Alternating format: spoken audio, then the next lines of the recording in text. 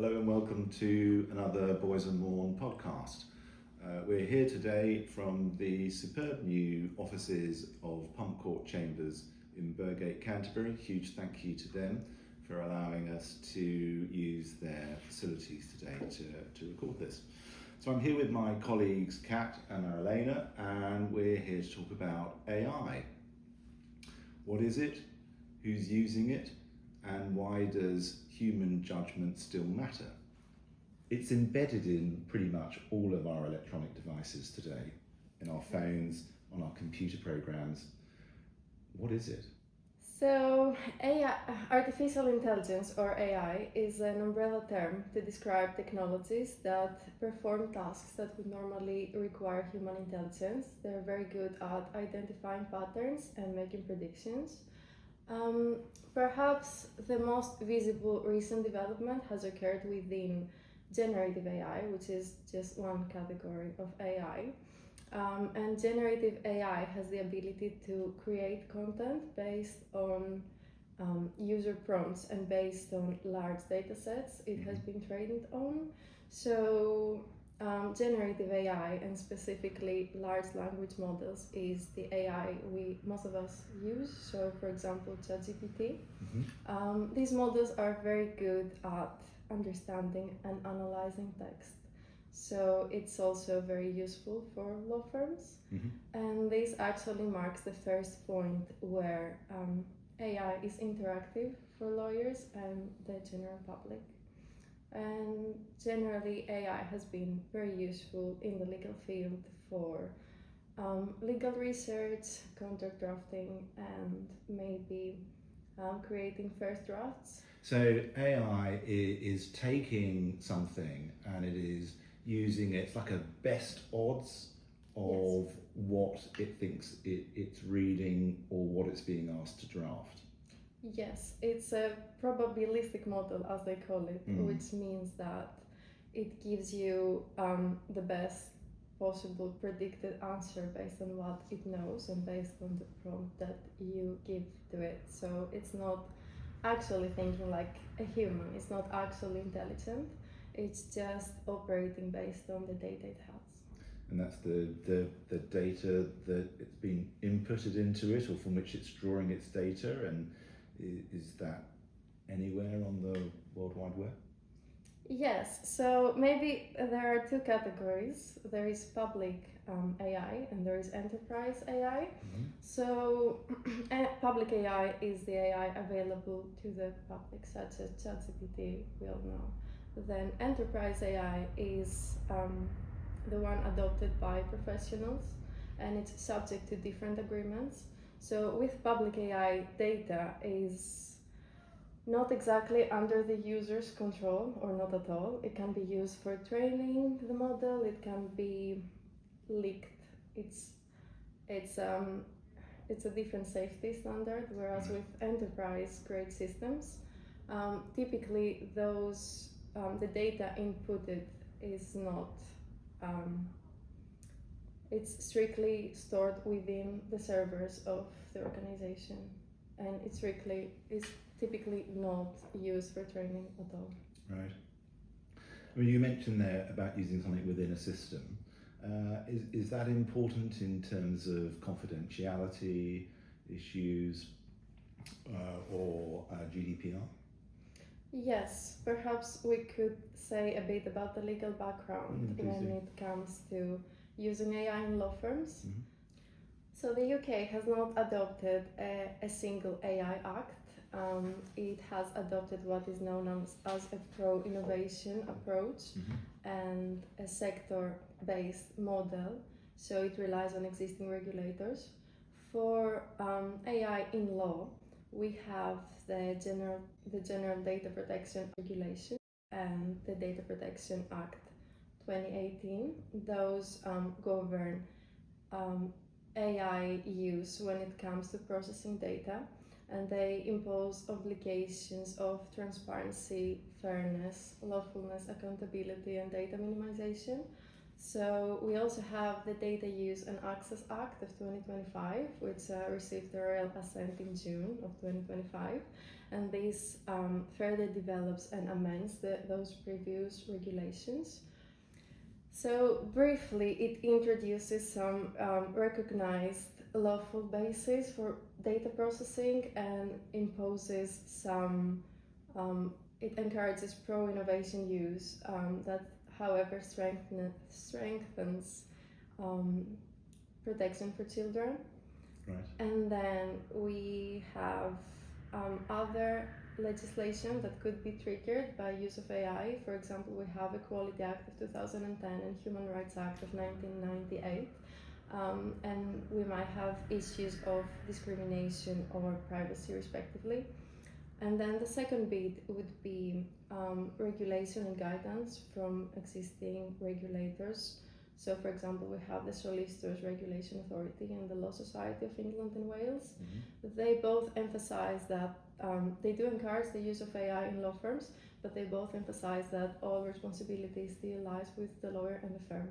And third, we have existing professional duties, including but not limited to confidentiality, legal professional privilege, and competence.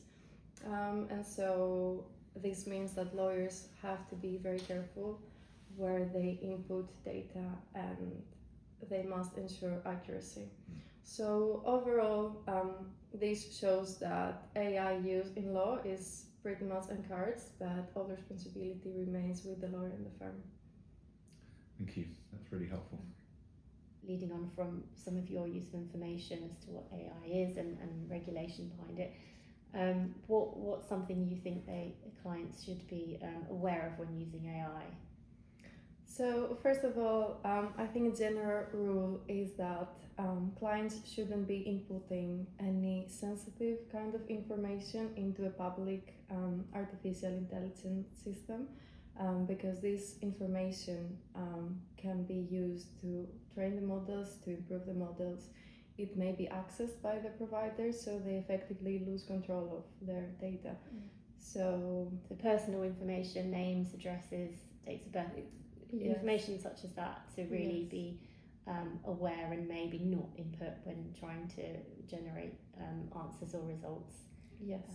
To provide to their lawyers.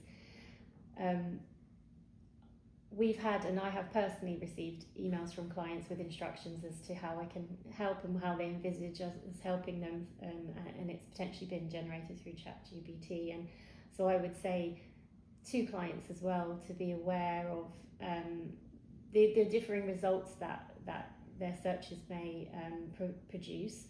It can change from day to day, and if you don't really input the accurate information in the first place, you can be provided with a completely different answer than you would have anticipated. And so I would say if you're unsure of what you're trying to achieve initially, to really just give the solicitors a call and maybe speak to them first. Yes. Also, I would say even if you do provide the right context, law is a very complicated area. So it might be that AI is not able to advise in the same way a lawyer can. It's certainly not a substitute for legal advice. Yeah. There is always the risk of hallucinations, and it's big risk. Yes, absolutely. Yes. Also clients should not over rely, as you said, on AI, and they shouldn't expect their solicitor to adhere to what AI has recommended. Ask them to do. Yeah. I think one of the really dangerous elements, though, from AI that has become apparent, I think increasingly so over the last couple of years, is how AI can hallucinate. It can make things up. Yeah. And there have been various reports in the legal press of situations in which this has happened in court proceedings. And I'm a family lawyer, so I have a particular interest in family matters. But there was a case called Re-D, a child from 2025, and this was a case in the Court of Appeal. And I'm just going to actually read out 2 paragraphs from the judgment, because I think that they explain the the judiciary's approach to it, and probably the approach that the profession as a whole should have in relation to AI. And I think it sends a really, really important message to our clients and the public at large. Mm-hmm. So forgive me, I'm going to have to look at my note because I haven't been able to memorize this. Mm-hmm.